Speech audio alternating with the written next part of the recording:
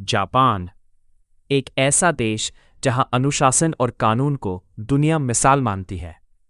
लेकिन सोचिए, अगर उसी देश में एक ऐसा संगठन मौजूद हो जिसके अपने ऑफिस हों, अपने नियम हों और लोग उन्हें खुलेआम पहचानते भी हों। सुनने में किसी फिल्म की कहानी लगती है, लेकिन यह सच था। उन्हें कहा जाता था याकुजा। यह सिर्फ एक गैंग नहीं था, बल्कि जापान का वो अंधेरा सिस्टम था जो सालों तक सबकी नजरों के सामने रहकर भी खत्म नहीं हुआ। दूसरे विश्व युद्ध के बाद जापान पूरी तरह टूट चुका था। देश में बेरोजगारी, डर और अफरा तफरी थी। इसी दौरान छोटे छोटे अपराधी समूह धीरे धीरे ताकतवर बनने लगे। कुछ लोग जुए का धंधा चलाते थे, कुछ सड़क के बिजनेस कंट्रोल करते थे। लेकिन समय के साथ ये सब मिलकर बन गए एक बड़े नेटवर्क का हिस्सा। याकुजा की सबसे अलग बात थी उनकी वफादारी। यहां नेता और उसके लोगों का रिश्ता सिर्फ पैसों का नहीं था। अगर कोई गलती करता तो उसे अपनी छोटी उंगली काटकर माफी मांगनी पड़ती थी। इस सजा को कहा जाता था युबित्सुमे।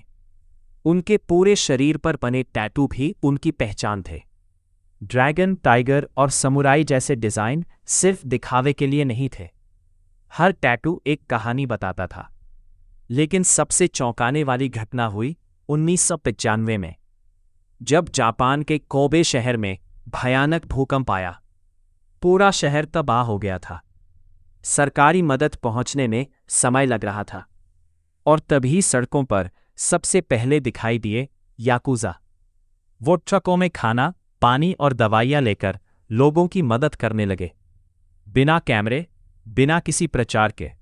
यहीं से लोगों के मन में सवाल उठने लगा, क्या याकुजा सिर्फ अपराधी थे? लेकिन सरकार ये सब ज्यादा समय तक बर्दाश्त नहीं करने वाली थी। 1991 के बाद जापान ने एंटी याकुजा कानून लागू करना शुरू किया।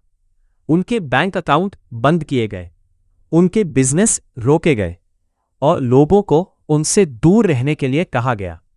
धीरे धीरे वो ताकत जो कभी पूरे जापान में फैली हुई थी, कम होने लगी। आज भी याकुजा पूरी तरह खत्म नहीं हुए हैं, लेकिन उनका वो पुराना डर, वो पुराना प्रभाव अब सिर्फ इतिहास बनता जा रहा है। ये थी कहानी याकुजा की, एक ऐसे संगठन की जो सिर्फ अपराध नहीं, बल्कि जापान के छिपे हुए सिस्टम का हिस्सा बन चुका था।